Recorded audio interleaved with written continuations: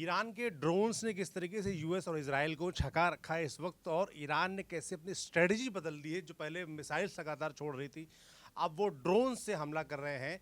तो इसका क्या असर हो रहा है इस युद्ध पर। इसके अलावा ईरान के अंदर किस तरीके से काउंटर अटैक तबाही मचाई है यूएस और इजराइल ने, इस वीडियो में आपको यही सब विस्तार से बताएंगे। साथ ही दुनिया भर में क्या चल रहा है, रूस क्या बोल रहा है, चाइना क्या खेल कर रहा है पर्दे के पीछे से, ये सब आपको बताएंगे। मेरे साथ ही विनय सुल्तान है, मैं सौरभ त्रिपाठी हूँ, आप न्यूज़ पिंच देख रहे हैं। विनय, सबसे पहले तो ये जो स्ट्रेटजी में बदलाव आया है खासतौर पे ईरान की स्ट्रेटजी में, कि पहले बात हो रही थी कि उसके पास तरह तरह की मिसाइल्स हैं, लगातार मिसाइल से अटैक हो रहे थे, 200 400 हज़ार, मतलब बड़ी संख्या में मिसाइलें छोड़ी जा रही थी। मगर अब ईरान ने स्ट्रेटजी थोड़ी बदली है, अब वो ड्रोन्स पे शिफ्ट हुआ है। ड्रोन्स लगातार भेजे जा रहे हैं, जो 8 देश है मिडल ईस्ट के, सब जगह ड्रोन से हमला हो रहा है, इसराइल में ड्रोन से हमला हो रहा है। तो इससे क्या फ़र्क आया इस युद्ध में? दरअसल इसराइल ने लगातार ईरान का जो सबसे बड़ा थ्रेट था, जो सबसे बड़ा डिटरेंस था, उनके बैलिस्टिक मिसाइल प्रोग्राम था। और बैलिस्टिक मिसाइल के लिए लॉन्चर चाहिए होते हैं, फैसिलिटी चाहिए होती है, स्टोरेज फैसिलिटी चाहिए होती है, बड़ा हथियार होता है बैलिस्टिक मिसाइल। तो उसको बड़ा तगड़े से टारगेट किया था इसराइल ने और अमेरिका ने। उसके बाद में ईरान ने खुद को ड्रोन पे शिफ्ट कर लिया। ईरान के पास में शहीद 136 करके एक ड्रोन है, जो कि कामाकाजी ड्रोन है। कामाकाजी दरअसल सेकेंड वर्ल्ड वॉर में जो जापानी पायलट्स थे, उन्होंने अपने प्लेन्स जो है डेलिबरेटली यूएस वेसल्स के ऊपर ले जाके पटक दिए थे और खुद भी मरे थे और उन शिप्स को लेके डूब गए थे। तो उन जो प्लेन्स का नाम था उनको कामाकाजी कहा जाता था, मतलब सुसाइड पायलट्स होते थे। तो उसी तरीके से इन ड्रोन्स का नाम भी कामाकाजी ड्रोन सामान्य तौर पे हम समझते हैं कि कामाकाजी ड्रोन है, जिनका काम यह है कि वो जाके हिट करते हैं और ख़त्म हो जाते हैं खुद भी, और टारगेट को भी ख़त्म कर देते हैं। तो ऐसी स्थिति ईरान ने शहीद 136 जो है ड्रोन, उसको बार बार इस्तेमाल किया है लगातार, खासतौर पे मिडिल ईस्ट कंट्रीज़ में, जहाँ पे हिट करना आसान है, जो कि बहुत इनके रेंज में है इन ड्रोन्स के। और इसराइल के ऊपर लगातार मिसाइल अटैक भी हुए हैं, रॉकेट लॉन्चर से भी अटैक हुए हैं, ड्रोन्स का भी इस्तेमाल किया है ईरान ने। तो ये स्थिति अभी बनती है। और दूसरी बात यह है कि ईरान ने एक और अपनी स्ट्रेटजी चेंज की है कि ईरान ने जो यूएस बेसेस हैं मिडिल ईस्ट में, उनको तो टारगेट किया ही है, उसके अलावा ऑयल रिफाइनरी और एयरपोर्ट्स को भी खास तौर पर टारगेट किया है। अब इसकी वजह क्या है, ये भी थोड़ा समझ लेते हैं। दरअसल मिडिल ईस्ट में कुछ भी चीज़ पैदा नहीं होती है। उनके यहाँ गेहूँ भी बाहर से आता है, चावल भी बाहर से आता है, सब्जी भी बाहर से आती है, कुकिंग ऑयल, मतलब राशन का सारा सामान, जिसको हम ग्रिफिन गुड्स कहते हैं सामान्य तौर पर अर्थशास्त्र में, कि ऐसे सामान, ऐसे गुड्स जो कि आपके डिनर टेबल के लिए ज़रूरी हैं। तो ग्रिफिन गुड्स जो बुनियादी ज़रूरत की चीज़ें हैं वो भी बाहर से आती हैं। तो स्ट्रेट ऑफ हरमुज के बंद होने के बाद में एकमात्र रास्ता था कि एयर के जरिए, एयर ट्रांसपोर्ट के जरिए उनको लाया जाए।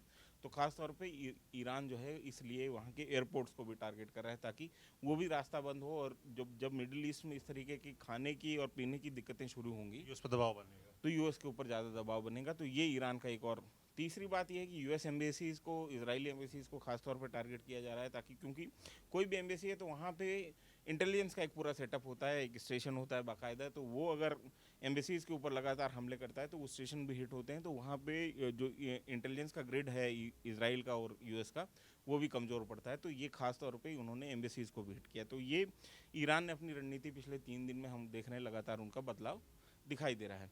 कल रात को ईरान ने ये कहा था कि उनकी जो शिप है डेना, जो फ्रिगेट थी, जो कि हिंद महासागर में जो है डुबा दी गई थी टॉर्पेडो लगा के, उसका बदला हम लोग लेंगे। और उन्होंने कल जो है हमले में खास तौर पर अपनी तेज़ी दिखाई थी। तो कल क्या क्या हुआ ईरान की तरफ से, कहाँ कहाँ हिट हुआ, ये हम थोड़ा सा समझ लेते हैं। तो सबसे पहले आबू धाबी में जायद एयरपोर्ट जो है, जैसा कि मैंने कहा कि एयरपोर्ट को लगातार हिट कर रहे हैं, तो उसको हिट किया गया आबू धाबी में। उसके अलावा कुवैत में अमेरिकन एम्बेसी पूरी तरीके से अब बंद हो गई, उसके ऊपर इतने हिट पड़े हैं ड्रोन्स की कि वो काम करने की स्थिति में वहाँ पे नहीं है। तो कुवैत में अमेरिका ने अपनी जो दूतावास है उसको आधिकारिक तौर पे बंद कर दिया है, बाकायदा ने कहा कि किरियात शिमोना करके एक जगह है, वहाँ पे हिजबुल्लाह ने 5 रॉकेट उन्होंने कहा है कि हमने हिट किए हैं हिजबुल्लाह की तरफ से लेबनान में। ये नॉर्थ इसराइल का इलाका है, तो लेबनान के साउथ में हिजबुल्लाह का बेस है, वहाँ से 5 रॉकेट उन्होंने हिट किए हैं। हालांकि जो है इसका ऑफिशियल कंफर्मेशन हमारे पास नहीं है कि कितने टारगेट हिट हुए, लेकिन किरियात शिमोना में हमको ये पता है कि कई जगहों पे मल्टीपल हिट्स हमको देखने को मिले हैं। दोहुल रिफाइनरी है इराक में, उसको भी हिट किया है ईरान ने। उसके अलावा हाइफा एक पोर्ट सिटी है इसराइल का, और उसके ऊपर लगातार हमले, वो सबसे इजी टारगेट भी होता है ईरान के लिए, तो वहाँ पे लगातार हमले हुए। तो वहाँ पे पावर प्लांट पे हमला किया गया है, बाजान करके एक ऑयल रिफाइनरी है, उसके ऊपर हमला किया गया है, और वहाँ पे इजरायली नेवी का बेस है, उसको भी हिट किया गया है ईरान की तरफ से। दुबई की यूएस एम्बेसी में जैसा कि मैंने बताया कि बार बार हिट हो रहे हैं, तो दुबई की एयर एम्बेसी में जो यूएस एम्बेसी उसमें भी हिट हुआ है। कुवैत में अली अल शलेम जो एयर बेस है उसको 2 बार हिट किया गया अलग अलग राउंड में। तो एक बार वहाँ पे मिसाइल से हिट हुआ है, दूसरी बार वहाँ पे ड्रोन से हिट हुआ है। अल जहरा पोर्ट पे कुवैत में हिट हुआ है, और उसके अलावा सोनार करके एक जगह है कुर्दिस्तान में इराक में, वहाँ पे ईरान ने जो है हिट किया है। बशरा में इराक की एक जगह है बशरा, जो कि वहाँ पे ईरान ने ये दावा किया है कि उन्होंने F-15 जो एयरक्राफ्ट है यूएस का उसको मार गिराया है। IRGC का ये दावा था। उसके अलावा बसरा पुलिस कमांड ने भी ये कहा था कि हमको ऐसा एक्सप्लोजन सुनाई दिया गया है। उसके बाद में हमारी पुलिस टीम जो है वो सर्च पार्टीज उनकी निकली हैं, लेकिन यूएस सेंटकॉम ने बाद में क्लेरिफाई किया कि हमारा कोई भी विमान जो है वो बसरा में इराक में नहीं गिरा है। तो ये वहाँ से दोनों तरफ के अपने अपने क्लेम है, तो ये आ गए हैं।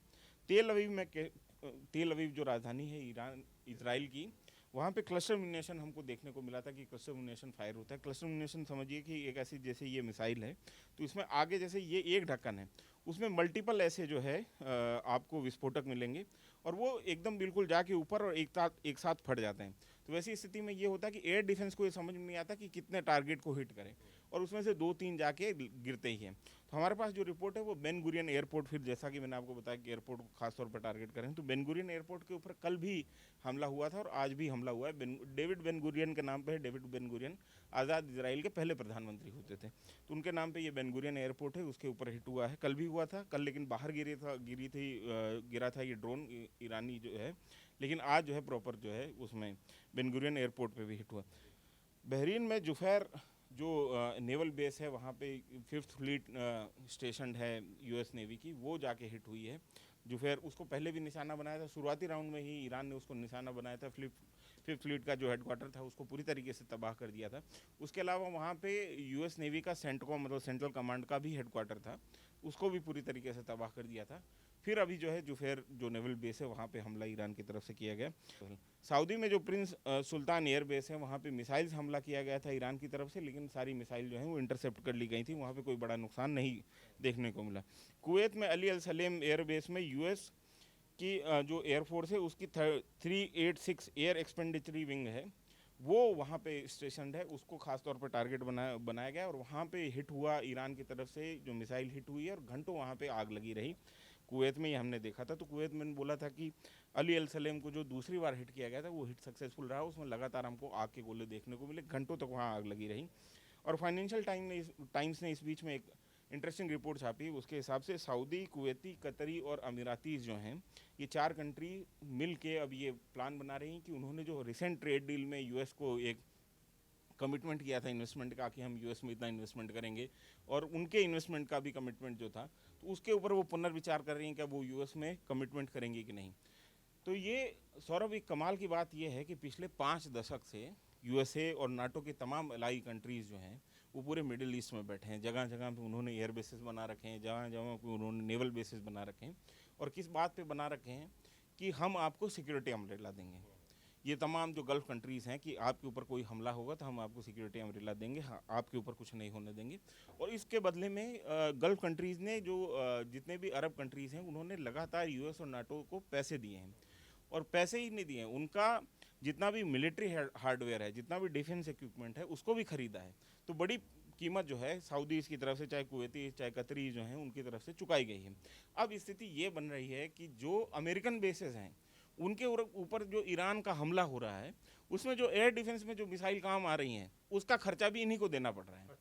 तो मतलब कि ये तो उल्टा हो गया, बहुत बढ़ रहा है, तो खतरा भी आ गया, अटैक भी हो रहा है। सालों इतना इन्वेस्टमेंट किया है, यूएस को इतने पैसे दिए, चाहे वो क्रूड ऑयल के शक्ल में दिए हों, चाहे डॉलर की शक्ल में दिए हो, जैसे भी मतलब आपने दिए हैं। तो एक तो आप इतने साल से खर्चा इसलिए कर रहे थे कि आपके ऊपर कोई हमला होगा तो ये लोग टैकल करेंगे।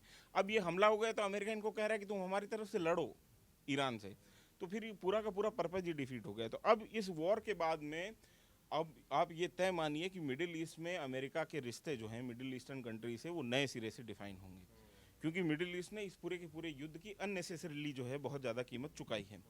इसके अलावा अमेजोन के डाटा सेंटर, हमने आपको पहले ही बताया था कि 3 डाटा सेंटर हिट हुए हैं। आज अमेजोन ने अपने जो ग्राहक हैं वहाँ पे उनको ये कहा है कि आप अपना डाटा किसी और देश के क्लाउड पे सेव कर लीजिए, क्योंकि मिडिल ईस्ट में जो हमारे डाटा सेंटर हैं वो कितने दिन तक ऑपरेशनल रहेंगे नहीं रहेंगे हमको कुछ पता नहीं है। इसके अलावा माइक्रोसॉफ्ट का एक डाटा सेंटर है सऊदी में, वो भी हिट हुआ है। तो कुल मिला के जो अमेरिका का जो साइबर इंफ्रास्ट्रक्चर है उसको भी ईरान ने खास तौर पर निशाना पे लिया है। कुर्दों के पास में इस बीच में एक दिलचस्प बात यह है कि हमारे पास में जो इंटेलिजेंस से जो जानकारी आ रही है वो ये आ रही है कि कुर्द जो हैं, जो कि इराक, ईरान और तुर्की में खास तौर पे 3 देशों में जो सीमा के इलाका है वहाँ पे बेस्ड है, और सालों से वो अपनी ज़मीन की लड़ाई लड़ रहे हैं, कुर्दिस्तान की लड़ाई लड़ रहे हैं। और इराक में फाइनली उनके पास में एक ऑटोनोमस रीजन है जहाँ पे वो अपनी सरकार चला रहे हैं। तो कुर्दों के पास में मिलिट्री हार्डवेयर पहुंचा है यूएस की तरफ से, वो एयर ड्रॉप भी हुआ है, वो ज़मीन के रास्ते भी पहुंचा है। और अमेरिका की तरफ से ये कोशिश है किसी भी तरीके से कुर्द जो हैं वो ईरान के खिलाफ लड़ाई लड़ लें, क्योंकि ये जो बॉर्डर है कुर्दों का तुर्की के साथ में भी और इराक के साथ में, ये बॉर्डर बहुत पोरस है। मतलब वहाँ पे पहाड़ी इलाका है जैसे हमारे यहाँ पे कश्मीर में है, और आसानी से आदमी जो है बॉर्डर से इस पार से उस पार आ सकता है। तो इनकी ये कोशिश है अमेरिका की तरफ से कि कुर्दों किसी तरीके से ईरान की सीमा में घुसाया जाए और वहाँ पे जो है एक ग्राउंड इन्वेजन जैसी सिचुएशन खड़ी की जाए। इसके अलावा खुद यूएस बच रहा है करने से। हाँ, क्योंकि आप ये समझिए, ईरान को मैं बार बार ये कह रहा हूँ कि ईरान में कभी भी यूएस जो है हिम्मत नहीं करेगा अपने बूट्स ऑन ग्राउंड डालने की, क्योंकि ईरान को कहा जाता है डिफेंडर्स हेवन। मतलब जो सुरक्षा कर रहा है, जो बचा रहा है, उसका हेवन है। वहाँ पे प्राकृतिक सुरक्षा इतनी है कि आप आराम से जो है 100, 200, 500 आदमी के जरिए जो है पूरी पूरी बटालियन रोक सकते हैं। मतलब 100 आदमी जो अगर आपके पास में है, 30 आदमी अगर आपके पास में है, तो आप पूरी 900 हज़ार आदमियों की एक बटालियन जो है उसको रोक के खड़े हो सकते हैं। तो वैसा डिफेंडर्स हेवन है वो। और वहाँ पे ज्योग्राफी इतनी डाइवर्स है कि हर जगह आप ऑपरेट करेंगे तो बहुत मुश्किल हो जाएगी। तीसरी सबसे बड़ी बात यह है कि IRGC जो है, इस्लामिक रेवोल्यूशनरी गार्ड कोर जो है, उसके तमाम जो कोर एंड कमांड सेंटर्स हैं वो अलग अलग और अपने आप में ऑटोनोमसली काम कर रहे हैं। तो ये जो हमले आप लगातार देख रहे हैं मिडिल ईस्ट पर और तमाम जगहों पे, ये कोई सेंट्रलाइज कमांड से नहीं चल रहे हैं। अब तो ये स्थिति बन रही है कि IRGC का जो लोकल कमांडर है उसको जो समझ में आ रहा है वो वहाँ पे हमले करवा दे रहा है। तो ये स्थिति अभी फिलहाल तो बहुत मतलब डिसेंट्रलाइज वहाँ पे कमांड है, तो वैसी स्थिति अभी बन रही। तो ये तेहरान को लगातार अटैक कर रहे हैं। इसके बावजूद जो है तेहरान में लगभग जो है मिलिट्री की जो उनकी का इंफ्रास्ट्रक्चर है, जो सिक्योरिटी इंफ्रास्ट्रक्चर है, वो पूरी तरीके से डिसमेंटल हो गया है। इसके बावजूद जो है अटैक रुक नहीं रहे हैं। अगर कायदे से तो ऐसा होना चाहिए कि किसी देश की राजधानी में अगर सिक्योरिटी इंफ्रास्ट्रक्चर ही, मान लीजिए कि हम पाकिस्तान पे हमला करें और रावलपिंडी में जो GSQ उसी को नस्ते नाबूद कर दें, तो उसके बाद में पाकिस्तानी आर्मी ऑपरेट करे, ये आपके हमारे कल्पना से परे की बात है। लेकिन ईरान में ऐसा नहीं है, बहुत डिसेंट्रलाइज स्ट्रक्चर है और लगातार IRGC अपने हिसाब से ही काम कर रही है। ये वो हो गया जो ईरान की तरफ से अटैक किया जा रहा है, अब काउंटर क्या अभी ईरान की तरफ से अटैक जो है उसमें बहरीन में जो है जो फाइनेंशियल टावर है, बहरीन में जो फाइनेंशियल टावर है, सॉरी फाइनेंशियल हार्बर है, वहाँ पे वेस्ट टावर के ऊपर हमला हुआ जहाँ पे इजरायली एम्बेसी भी है। तो ये बहरीन में बड़ा अटैक जो है। इसके अलावा साइप्रस के ब्रिटिश बेस पर भी ईरानी मिसाइल जा रही थी, उनको इंटरसेप्ट कर लिया गया। लेकिन ब्रिटिश अभी हालांकि अपना एयर बेसिस और अपने नेवल बेसिस उन्होंने अमेरिका को दे दिए हैं, लेकिन खुद अभी पूरी तरीके से इन्वॉल्व नहीं हो रहे हैं इस युद्ध में। तो ये जो है इजराइल की तरफ से अभी मोटा मोटी जो हमले हुए हैं वो हमने आपको, ईरान की तरफ से, माफ़ कीजिए, हाँ, ये जो ईरान की तरफ से जो मोटा मोटी हमले हुए हैं इजराइल और अमेरिका और उनके इत्तेहादी जो देश हैं, उनके जो एलाइड कंट्रीज़ हैं उनके ऊपर, तो ये उनकी डिटेल्स हैं। आपको बता दिए जो ईरान पर हमले हुए, क्योंकि ईरान से भी आंकड़े आ रहे हैं लगातार, जो कैजुअलिटीज़ हैं वो बताया जा रहा है 1200 से ऊपर उनकी संख्या जा चुकी है। तमाम यूएस ने शिप्स उनके तहस नहस किए हैं ईरान के, तो ईरान में भी तबाही जारी है। तो ये तो हो गया कि ईरान ने कहाँ कहाँ हमला किया है, क्या क्या स्ट्रेटजी बदली, वो समझाया आपने। अब ईरान पे क्या काउंटर अटैक हो रहा है यूएस इजराइल की तरफ से, क्योंकि जो मौतों का आंकड़ा है, कैजुअलिटीज़ का आंकड़ा है ईरान में, वो 1200 के ऊपर जा चुका है। और ये भी देख रहे हैं लोग कि तमाम शिप्स पर हमला किया गया है ईरान की, यूएस की तरफ से, यूएस नेवी की तरफ से। तो ईरान को क्या क्या नुकसान सहना पड़ा है पिछले 24 घंटे में? देखिए, ईरान में जो इजराइल और USA की जो रणनीति, उसमें आपको 3 चीज़ें खास तौर पे दिखाई देंगी। पहली चीज़ तो ईरान की मिसाइल और लॉन्चर फैसिलिटी जो है उनको ख़त्म करना, मतलब ईरान का तर्कश पूरी तरीके से बर्बाद कर देना। दूसरा ये है कि ईरान की नेवी को पूरी तरीके से बर्बाद कर देना ताकि स्ट्रेट ऑफ हॉर्मूज जो है उसको खोला जा सके। तीसरी बात, उनके पॉलिटिकल लीडरशिप को ख़त्म करना और उनके जो इंटरनल सिक्योरिटी ग्रिड है, चाहे वो पुलिस स्टेशन है, चाहे IRGC के जो इंटरनल सिक्योरिटी की जो है जो भी कोर एंड कमांड सेंटर है, उनको पूरी तरीके से तबाह कर देना, ताकि कल को अगर महीने 2 महीने बाद में भी वहाँ पे अगर वापस से एक मास प्रोटेस्ट खड़ा हो रिजीम के खिलाफ, तो उसको दबाने की ताकत जो है IRGC और इस्लामिक रिजीम में ना रह जाए। तो ये 3 ऑब्जेक्टिव जो है फिलहाल इन लोगों के दिख रहे हैं। तो इसमें सिराज में जो है एमओ डिपो जो है उसको सबसे पहले हिट किया गया, जहाँ पे मिसाइल के अंडरग्राउंड एमओ डिपो थे उनको खास तौर पे हिट किया गया। इसके अलावा तेहरान में 40 जगहों पे हमले हुए हैं, 40 साइट्स पे। आईडीएफ का ऐसा क्लेम है कि उन्होंने 40 जगहों पे हमले किए हैं, जिसमें यूएस ने B-2 बॉम्बर का इस्तेमाल किया। यूएस की तरफ से ये विजुअल कंफर्मेशन हमारे पास पहले भी था। और B-2 बॉम्बर्स जो हैं वो ऐसे बॉम्बर जो 1000 किलोमीटर की स्पीड से बहुत धीरे में स्पीड से उड़ते हैं। मतलब सामान्य तौर पे 2000 के तकरीबन F-16 की जो है टॉप स्पीड 2 से 2500 किलोमीटर पर आर है, तो उस हिसाब से आधी स्पीड पे उड़ते हैं। लेकिन भारी भरकम जो ये बॉम्बर्स होते हैं और ये भारी पेलोड लेके जा सकते हैं, और इनका इस्तेमाल होता है बंकर बस्टर्स के लिए, क्योंकि ईरान ने बहुत सारी फैसिलिटीज़ जो हैं वो अपनी अंडरग्राउंड बना रखी हैं। तो B-2 बॉम्बर का इस्तेमाल जो है तेहरान में बार बार किया गया। दवाबंद में अंडरग्राउंड मिसाइल फैसिलिटी थी, इसको B-2 बॉम्बर से निशाना बनाया गया इस तेहरान में। उसके अलावा मिलिट्री एकेडमी उसको निशाना बनाया गया। आईडीएफ का ये क्लेम है कि उन्होंने लीडरशिप कॉम्प्लेक्स को भी उड़ा दिया है। तो नई लीडरशिप जो इसकी जगह लेने वाले जो पुरानी लीडरशिप की, उसको भी इन्होंने कहा है कि हमने वो थ्रेट एलिमिनेट करने की कोशिश की। इसके अलावा आईडीएफ जो इजरायली डिफेंस फोर्सेस हैं उन्होंने बेरूत को खासतौर पर निशाना बनाया है, लेबनान में, जहाँ से हिजबुल्ला ऑपरेट कर रहा है। 12 डे वॉर के बाद से पहले भी और 12 डे वॉर के समय भी इसराइल ने पूरी तरीके से हिजबुल्ला को ख़त्म करने की कोशिश की थी। लेकिन जैसे ही ये वॉर फिर से शुरू हुई, उसके बाद में हिजबुल्ला ने वापस से अपना प्रदर्शन दिखाना शुरू कर दिया, अपनी ताकत दिखानी शुरू कर दी और ताकत का उन्होंने मुजाहरा किया। उसके बाद में इजराइल का ये कहना था कि हमारा मिस कैलकुलेशन रहा है हिजबुल्ला को लेके, कि हमने सोचा कि हिजबुल्ला को हम पूरी तरीके से डिसमेंटल कर चुके हैं, लेकिन ऐसा नहीं। और हिजबुल्ला लगातार उनके ऊपर लेबनान से रॉकेट से, ड्रोन से अटैक किए जा रहा है, इजराइल पर अटैक कर रहा है ना। तो खास ध्यान जो है आईडीएफ का वो बेरूत पे है, क्योंकि वहाँ पे जो लेबनान की राजधानी, वहाँ पे बहुत सारी जगहों पे, खासतौर पे साउथ बेरूत में हिजबुल्ला के तमाम बड़े बेसेस हैं, और वो रेजिडेंशियल कॉम्प्लेक्स में है। तो इजराइल अटैक कर रहा है। वो लगातार अटैक में है इसराइल को, क्योंकि इसराइल के पास में पिन पॉइंट जो है प्रेसिजन की उनकी स्ट्राइक की कैपेबिलिटी भी है, उनके पास में इंटेलिजेंस भी अच्छी है। तो वहाँ पे लगातार इसराइल का अटैक आपको बेरूत में दिखाई देगा। उसके अलावा सेंट्रल कमांड जो है यूएस आर्मी की, उन्होंने ये कहा है कि उन्होंने अभी तक 30 से ज़्यादा वेसल्स जो हैं ईरानियन नेवी के, वो ख़त्म कर दिए हैं। इसके अलावा केरमान शाह करके एक जगह है, बहुत ही स्ट्रेटेजिकली इंपॉर्टेंट है ईरान के लिए, वहाँ पे लगातार हमले हो रहे हैं। वहाँ पे आईआरजीसी की जो मिलिट्री बेस है, मतलब इस्लामिक रेवोल्यूशनरी गार्ड कोर की मिलिट्री बेस है, उसको हिट किया। इसके अलावा वहाँ पे बसीज करके एक और कोर होती है। बसीज बेसिकली वॉलंटरी फोर्स होती है आईआरजीसी की। जैसे यहाँ पे हमारे यहाँ पे एनसीसी होती है, उसी तरीके से वहाँ पे बसीज है, जिनकी बुनियादी जो वफादारी है वो ईरान के प्रति नहीं है, वो ईरान में इस्लामिक रिजीम के प्रति है। जैसे आईआरजीसी की बुनियादी वफादारी जो है वो ईरान देश के प्रति नहीं है, वो वहाँ की इस्लामिक रिजीम के प्रति है। तो बेसीज के हेडक्वार्टर को भी हिट किया है। उसके अलावा लॉन्च फैसिलिटी है, उसको भी हिट किया है। चोका बल्क ए ड्रोन करके एक स्टोरेज फैसिलिटी है ड्रोन की, उसको हिट किया है। और मिसाइल स्टोरेज फैसिलिटी को ड्रोन की हिट किया है। एक जगह पे उनके लॉन्च पैड, जो मोबाइल लॉन्च पैड था, उसको भी हिट किया है। करज में फर्दीज बेसिल बेस, जो बेसिज बेस जो है, वही बेसिज जो मिलिशिया है इनकी वॉलंटरी, उसको हिट किया है। उसके अलावा लॉजिस्टिक हब है वहाँ पे एक कर्ज में, उसको हिट किया है। परचिन करके एक जगह है, वहाँ पे मिसाइल प्रोडक्शन फैसिलिटी है, उसको हिट किया है खासतौर पे, क्योंकि अब जो नई मिसाइल हैं वो ना बन पाएँ, ये कोशिश। तो वहाँ पे बहुत ज़बरदस्त बमबारी जो है इनकी तरफ से की गई थी। इस्तेफाहान में 2 फैसिलिटी जो है उनको हिट किया है, स्टोरेज फैसिलिटी मिसाइल की, उनको हिट किया गया। न्यूक्लियर साइट को हिट किया गया है। गद्र करके एक मिसाइल है उनकी, जिसको हम लोग गदर बोल देते हैं, वो फारसी से आया हुई शब्द है। तो गद्र मिसाइल फैसिलिटी जो है उसको हिट किया गया। वो लॉन्ग रेंज मिसाइल है इनकी, तो उसको खास तौर पर हिट किया गया है। मोबाइल लॉन्चर वहाँ पे हिट किया गया। एडीएस वहाँ पे काम कर रहा था, उसको भी हिट किया गया है इजराइल की तरफ से। तो ये मोटा मोटी जो है इजराइल की तरफ से स्ट्राइक जो है, इसमें खास तौर पे तेहरान को इन लोगों ने बहुत, मतलब पिछले 6 दिन से अगर आप देखेंगे तो तेहरान को उन्होंने तहस नहस करके छोड़ दिया है।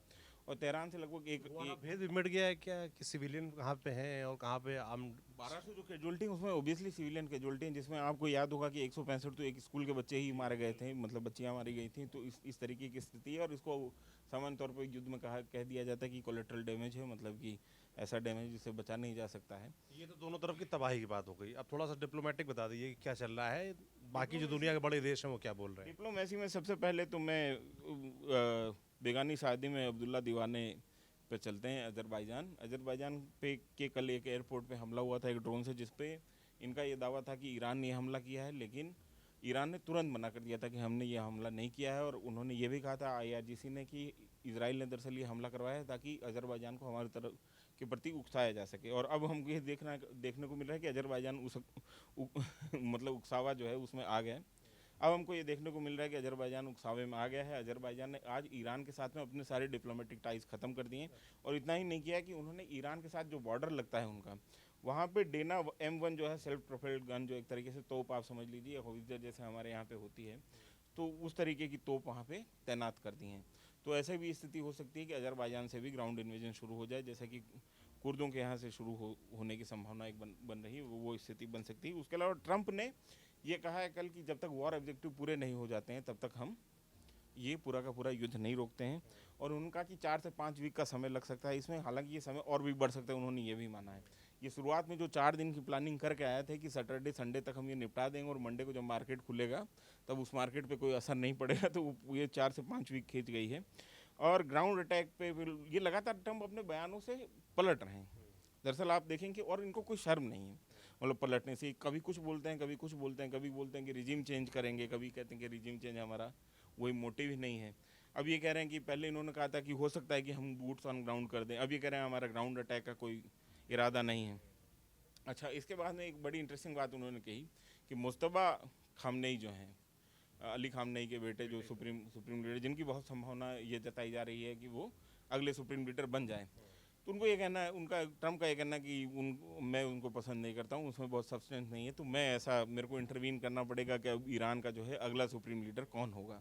तो ये जैसे उनके हाथ में ही है कि ईरान का अगला सुप्रीम लीडर कौन होगा। तो ये इस तरीके की बातें जो है वो करते हैं और लोग उनको लेते हैं। फिर लास्ट में वो ये भी लिख देते हैं, thanks for taking notice on this matter type में, कुछ ऐसा एक उनका तकिया कलाम है। तो ये स्थिति ट्रम्प की बन रही है। ईरानी जो फॉरेन मिनिस्टर हैं अब्बास अरगची, इन्होंने कल NBS करके एक वहाँ पे ब्रॉडकास्टर है, टेलीविज़न चैनल है, न्यूज़ चैनल है अमेरिका का, उसको इंटरव्यू दिया है। आप सोचिए कि युद्ध के दौरान ईरानी जो फॉरेन मिनिस्टर है वो अमेरिका के टेलीविज़न चैनल को इंटरव्यू दे रहा है। ऐसा हम कहीं पे कल्पना नहीं कर सकते कि आप फर्ज कीजिए कि भारत पाकिस्तान में युद्ध चल रहा हो कि भारत के विदेश मंत्री पाकिस्तान में जियो न्यूज़ को इंटरव्यू दे रहे हों, लेकिन वहाँ पर ऐसा होता है। और NBS को उन्होंने इंटरव्यू देते हुए ये कहा कि आपको याद होगा कि ट्रंप ने पहले भी ये कहा कि ईरान की तरफ से हमको ये कहा गया कि सीज फायर कर लिया जाए, और मैंने जो है उसको कंसिडर करने की कोशिश की। तो अरगची ने ये बिल्कुल साफ कर दिया है कि हमने सीज फायर रिक्वेस्ट नहीं की है, और ना हमारा कोई मूड है कि वो अमेरिका के साथ में हम नेगोशिएशन करेंगे। हमारे सुप्रीम लीडर मारे गए हैं, हम उनकी शहादत का बदला लेंगे। तो ये अरगची की तरफ से। तो उसके बाद में जो वहाँ पे जर्नलिस्ट थे, उन्होंने अरगची से ये पूछा कि आपको भी ये लगता है कि सुप्रीम लीडर की तरह की मतलब अमेरिका एक शैतान देश है? तो उन्होंने सिर्फ एक छोटा सा जवाब दिया, यस, मुझे भी लगता है।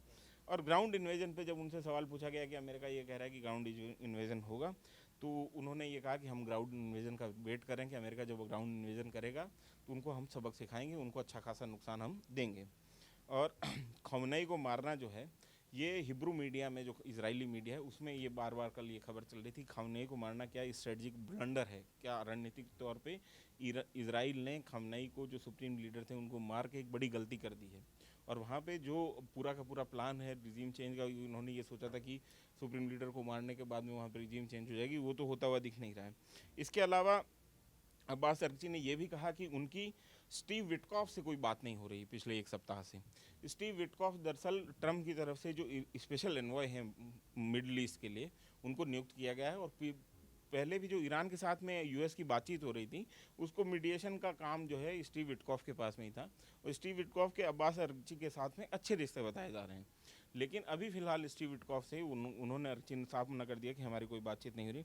इस बीच में एक दिलचस्प रिपोर्ट आई है वॉशिंगटन टाइम्स की, और उनका ये कहना है कि रूस जो है लगातार इंटेल दे रहा है USA के खिलाफ ईरान को। और रूस ने कल ये भी साबित कर दिया था कि ये जो है मतलब ईरान पे जो अमेरिका हमला हुआ है, तो अमेरिका के लिए हम कठिन से कठिन परिस्थिति बनाने की कोशिश करेंगे ताकि वो ईरान को के ऊपर इस तरीके का एग्रेशन ना दिखा सके। तो वॉशिंगटन पोस्ट ने कहा है कि रूस जो है ना सिर्फ मतलब अमेरिकन एयरक्राफ्ट की, अमेरिकन नेवल बेसिस की, अमेरिकन नेवी की जो क्या पोजीशनिंग है, तमाम सारी इंटेलिजेंस जो है वो रूस की तरफ से ईरान को दी जा रही है, फराहम करवाई जा रही है ताकि उसके ऊपर ईरान हमला कर सके। और इस बीच में इसी वॉशिंगटन पोस्ट ने एक और कमाल की बात ये लिखी है कि चीन जो है वो इस तरीके से ईरान का साथ देते हुए हमको नहीं दिखाई दे रहा है। तो ये ये लोग उम्मीद करते हैं। हाँ, तो ये जो बार-बार ये बात हो रही थी कि ईरान जो है वो सबसे बड़ा उसका एलाई चाइना है, तो चाइना ने एक तरीके से पूरी अपने को इस युद्ध से पूरी तरीके से अलग कर लिया है। जो हम लोग ये सोच रहे थे कि चाइना अंदर से कोई मदद दे रहा होगा, तो ये वॉशिंगटन टाइम्स की जो ये रिपोर्ट है, सामान्य तौर पे ये रिपोर्ट्स जो होती हैं वो सीआईए के ऑफिसर्स जो होते हैं उनकी जो सिचुएशन रिपोर्ट्स होती हैं उनके आधार पर बनाई जाती है।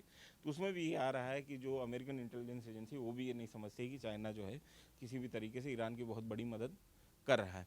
और इस बीच में एक और मज़ेदार बात ये हुई है कि चाइना की तरफ से ईरान को ये रिक्वेस्ट की गई है कि वो उसके गैस गैस टैंकर्स हैं उनको कम से कम निकलने दें, क्योंकि चाइना में जो एलएनजी है, जो लिक्विड नेचुरल गैस है, उसके प्राइजेस जो हैं 45% से तक सर्ज कर गए हैं, मतलब 1.5 गुने दाम हो गए हैं लगभग।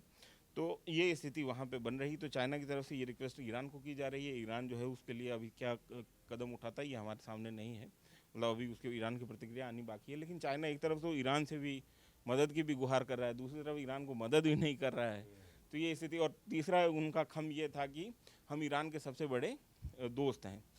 तो आप ये समझिए कि डिप्लोमेसी में गेम कुछ इस तरीके से चलता है कि जब 2021 में अमेरिका अफ़गानिस्तान से वापस आ रहा था, तो चाइना के हर एम्बेसडर ने, हर एनवॉय ने, जो भी जहाँ पे भी उनका संभव था, हर जगह जाके ये कहा था कि देख लो अमेरिका जो है वो ढलता सूरज है और वो किसी का साथ नहीं दे सकता, और वो अफ़गानिस्तान में भी उसकी हार हो गई और वो वहाँ पे भी सस्टेन नहीं कर पाए, आप हमारे कैंप में आ जाइए। मिडिल ईस्ट में उन्होंने बहुत ये कैंपेन चलाया था लगातार, और उसके बाद में मिडिल ईस्ट में कई कंट्रीज़ में उन्होंने इन्वेस्ट भी किया था, कई कंट्रीज़ में उन्होंने मिलिट्री हार्डवेयर भी बेचने की कोशिश की थी। लेकिन अब जब सबसे मुश्किल दौर है उसके अपने सबसे बड़े इत्तेहादी का, सबसे बड़े अलाय का, उस समय चाइना जो है वहाँ पे कहीं पे भी करीब में नहीं दिख रहा। हाथ खड़े कर दिए एक तरीके से, ये दावा सामने निकल के आ रहा है। रशिया जो है वो लगातार, रशिया ने भारत को भी तो तेल बेचने के लिए रशिया ने कहा कि हम बेचेंगे, कोई दिक्कत नहीं है। और हमारे सामने एक इन्फॉर्मेशन ये भी आई थी कि ईस्ट एशिया में एक रशियन 2 ऑयल टैंकर जा रहे थे और बीच रास्ता बदल के वो भारत की तरफ मुड़ गए, क्योंकि भारत की तरफ से कहा गया होगा कि हमको तेल की ज़रूरत है। तो रशिया हमारा ऑल वेदर फ्रेंड है, ये हमको मानना पड़ेगा। और रशिया का हमारे पास में, रशिया का बहुत बोझ है हमारे ऊपर, मतलब एहसानों का भी बोझ है, और वैसे भी मतलब रशिया के मिलिट्री हार्डवेयर हम इतने सालों से इस्तेमाल करते आ रहे हैं, चाहे वो एयरफोर्स में हो, चाहे हम मतलब सेना की बात करें उसमें भी, और रशिया ने हमको हर जगह हमारा साथ दिया है। तो ऐसी स्थिति बनती है। अभी फ़िलहाल रशिया जो है वो भारत को भी तेल दे रहा है, रशिया ईरान की भी मदद कर रहा है, तो रशिया मेरे को लगता है कि वो अमेरिका से एक ज़्यादा रिलायबल पार्टनर खुद को साबित कर रहा है दुनिया के मंच पे। तो ये स्थिति फ़िलहाल बन रही है डिप्लोमेटिक। बिल्कुल। तो इस वक्त इस युद्ध में क्या कुछ चल रहा है, पिछले 24 घंटे में कहाँ क्या अटैक हुआ है, क्या काउंटर अटैक हुआ है, ईरान की तरफ से क्या स्ट्रेटजी हो रही है यूएस की तरफ से, और दुनिया भर में डेवलपमेंट लेवल पे क्या चल रहा है, इस वीडियो में हमने यही बताने का आपको प्रयास किया। जो भी अपडेट्स ऐसे आते रहेंगे आप तक हम यूँ ही पहुँचाते रहेंगे। मैं सौरभ त्रिपाठी हूँ, मेरे साथी विनय सुल्तान थे, कैमरे के पीछे सुधांशु हैं। शुक्रिया।